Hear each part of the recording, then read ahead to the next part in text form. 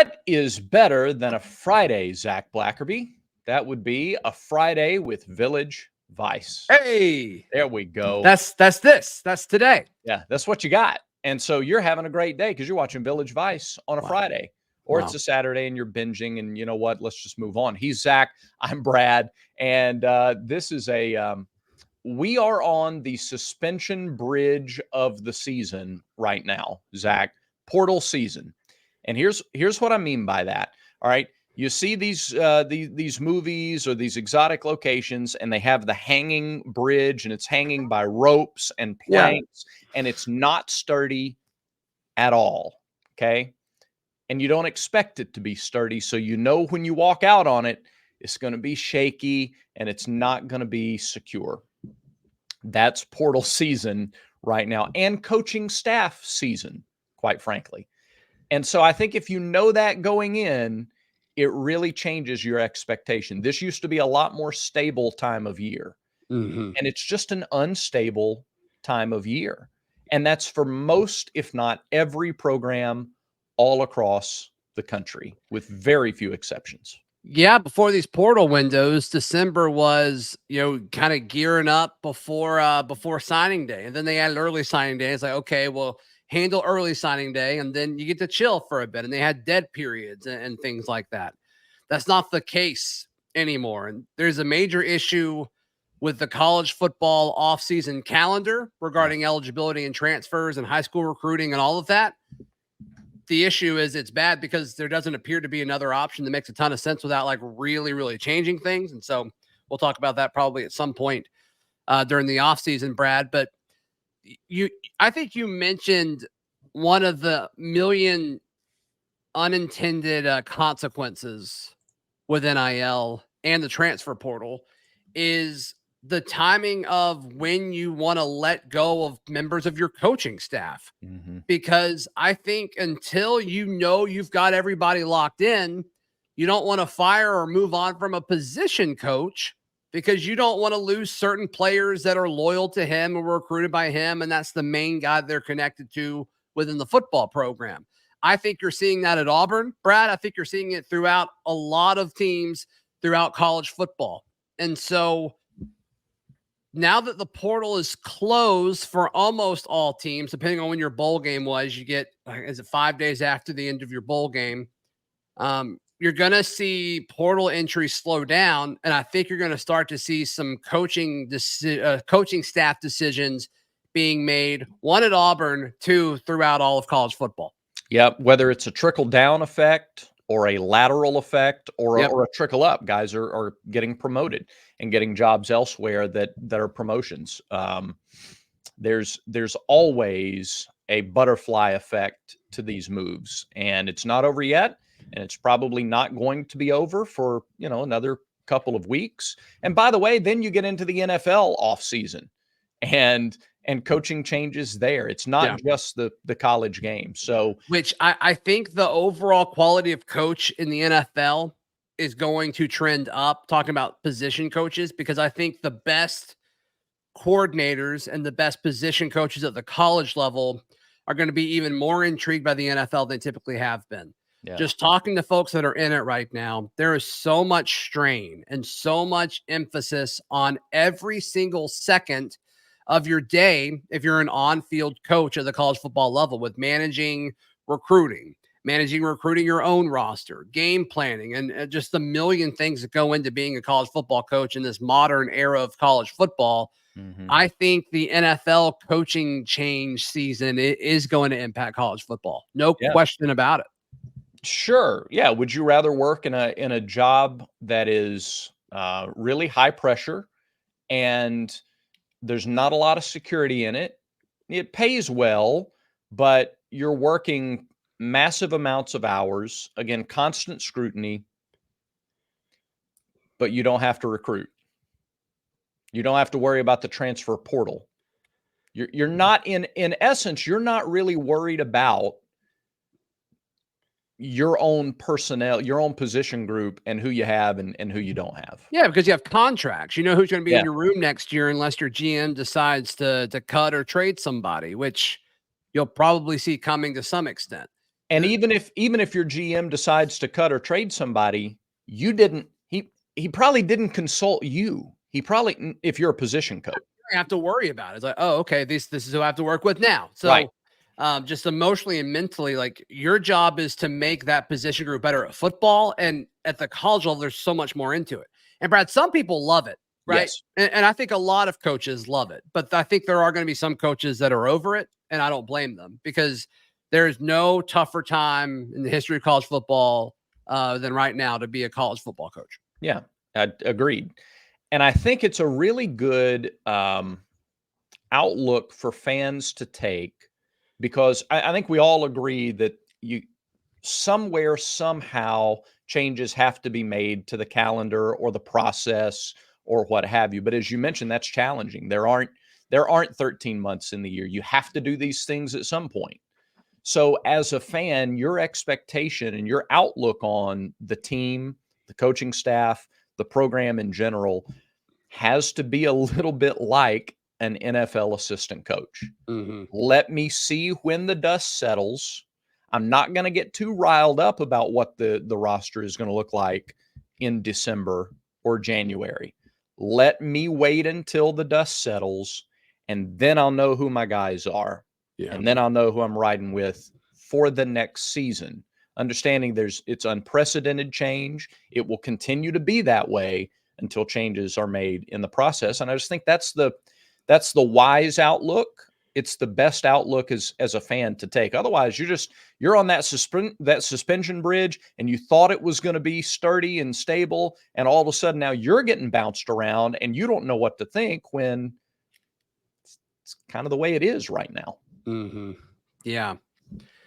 Yeah. And the issue with the calendar is the academic side of it, because like there's a time limit. You have to have these kids in school by the time your spring semester starts. For Auburn, that's January 10th. And so you have to have early signing period and the portal and coaching staff changes and getting guys in via the portal all within December and then the first week of January. And it's just brutal. It's just brutal. And so that being said, this weekend's very important because it's the last weekend before all of that, that kind of time limit happens. Auburn's hosted a lot of guys this week at several different positions and several different types of players.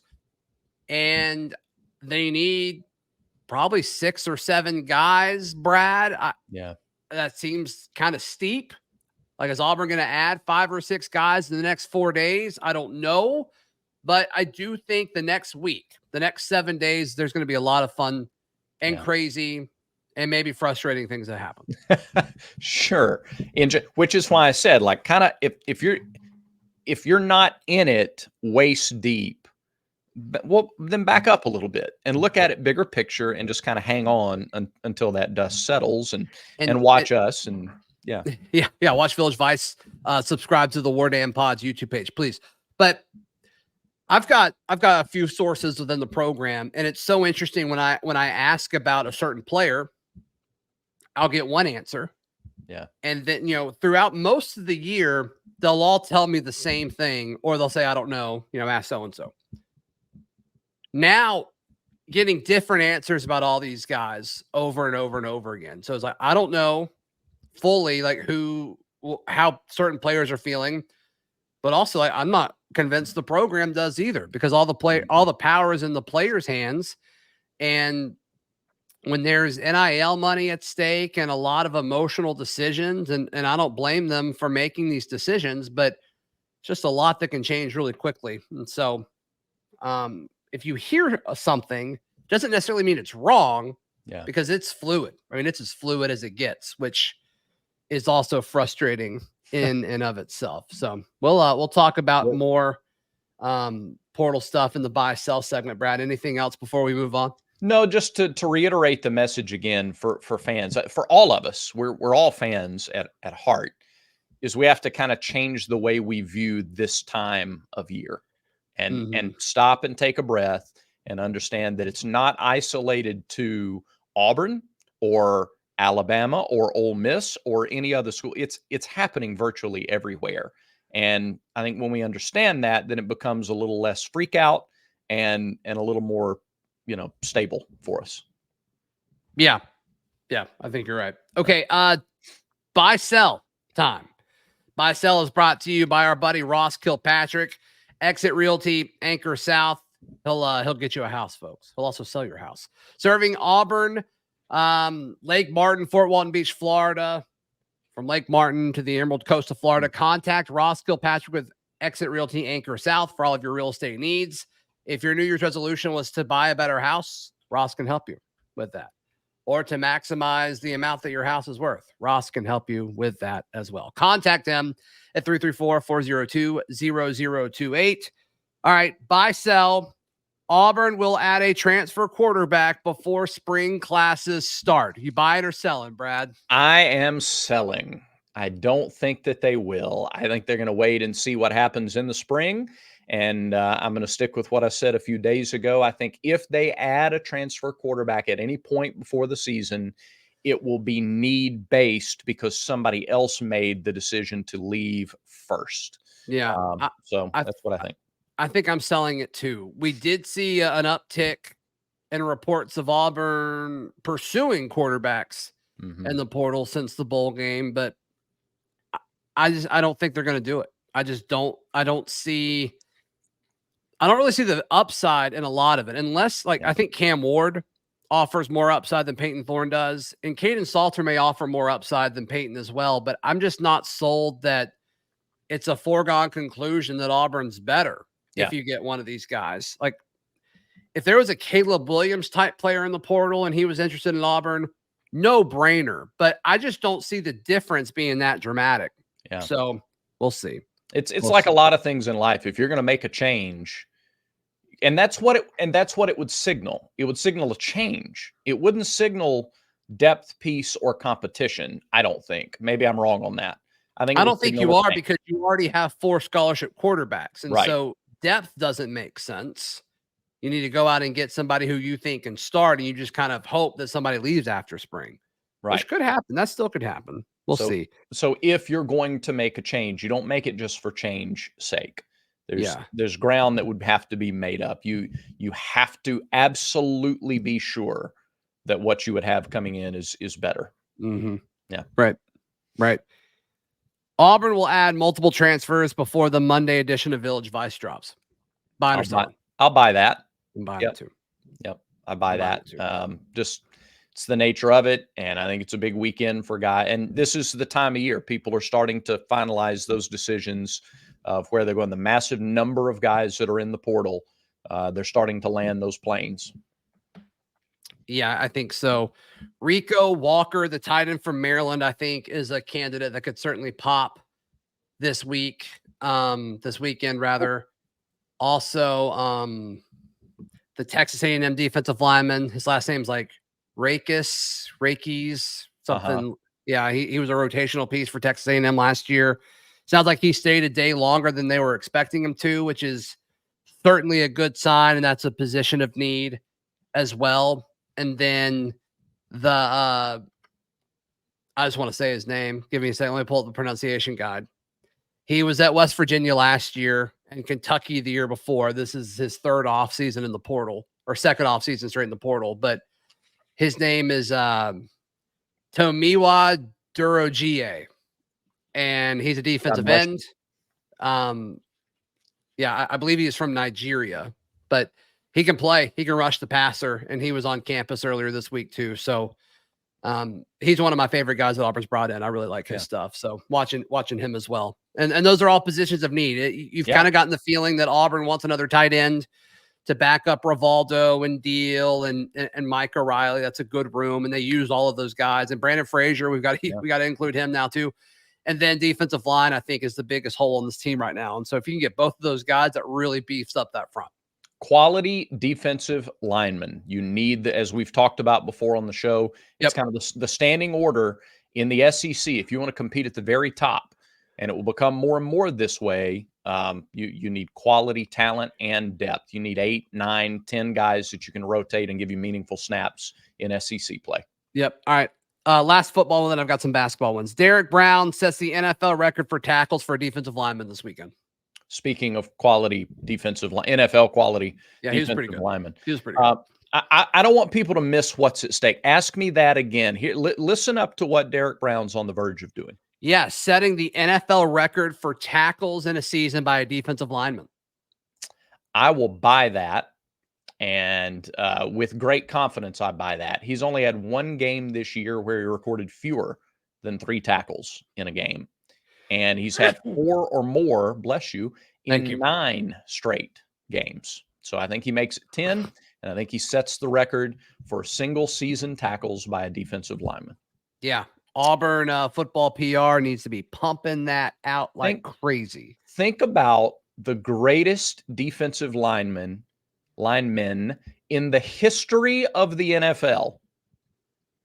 And after this weekend, very likely, none of them will have ever had more tackles in a season than Auburn's Derek Brown.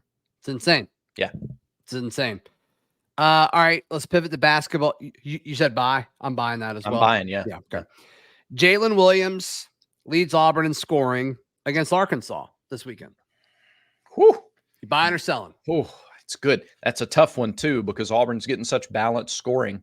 Yeah, and it's like, which Jalen are you going to get? Which Janai are you going to get? Or, is KD or, one of these guards going to shoot the ball a lot? Arkansas is such a one-on-one team offensively. I think you can challenge them one-on-one. Jalen's a one-on-one nightmare. I'll sell. I'll sell, but it's not because I don't believe in Jalen. I'm going law of averages on this. I just think it's mathematically the field has a higher percentage chance. So I get it. I think that's the right move. I'm going to sell it as well. Would not be shocked if Jalen did it. In fact, it's better for Auburn. I think if Jalen probably leads in scoring. But if it's not Jalen, if you had to guess who leads in scoring against Arkansas, who would it be? I would say Janai. Me too. Because I think the offense has to run through him. I think he's going to get fouled a lot. Arkansas fouls a lot. And so I think Janai will have opportunities to get points at the free throw line. All right, Arkansas's head coach, Musselman, he will have Arkansas thinking they are playing for a national championship. You buying or selling? I can tell you're an Eric Musselman fan, aren't you? Yeah, he will. Yeah, of course. I buy that with no down payment needed. That's I'm wondering if he'll keep his shirt on for the entirety of the time that he's at the arena. It's worth asking the question. Yeah. It's worth asking the question. For sure. Buy, sell. Eric Musselman keeps his shirt on the entire event of Auburn and Arkansas. You buying or selling that? I buy, and that's a tie-in to the Village Vice 6-pack here in a little while that we'll get to. But I think that shirt stays on. All right.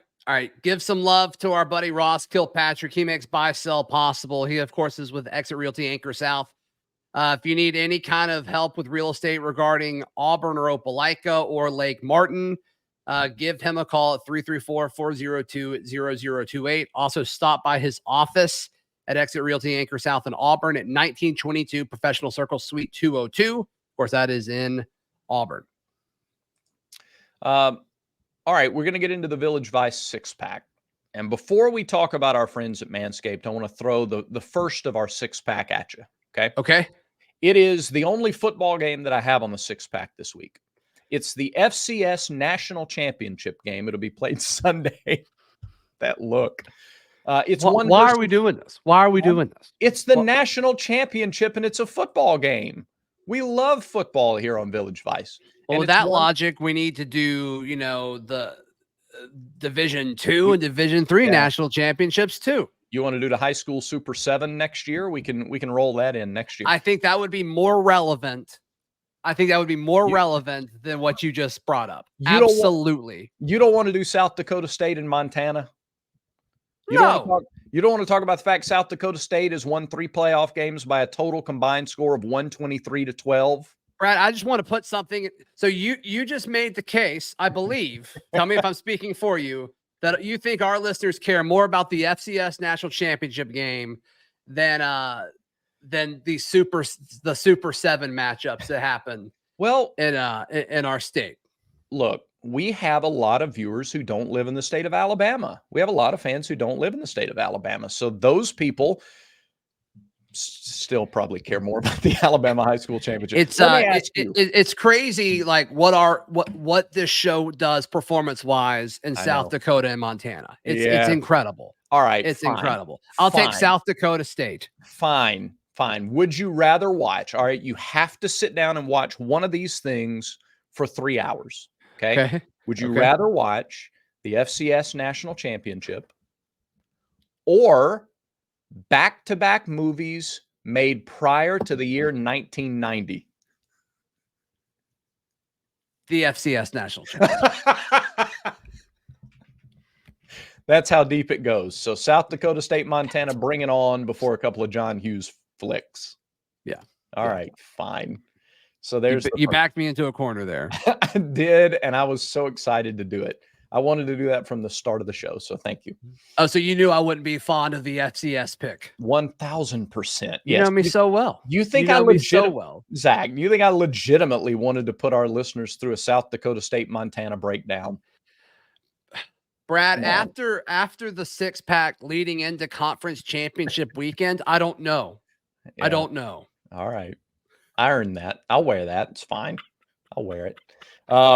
Hey, speaking of wearing stuff, you got any New Year's resolutions, Zach, that are related to grooming or hygiene or anything like that? No, you don't, because you already have it covered because you use Manscaped. Got it. Okay. Manscaped.com, 20% off plus free shipping.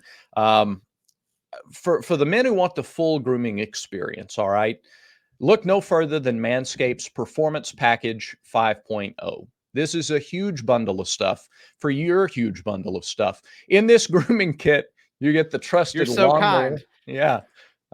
You get the trusted lawnmower 5.0, Manscaped's ear and nose hair trimmer, plus the essential aftercare products, the Crop Soother Ball Aftershave Lotion, the Crop Preserver Anti-Chafing Ball Deodorant. Yeah, deodorant for your balls. Bet you didn't think you needed that.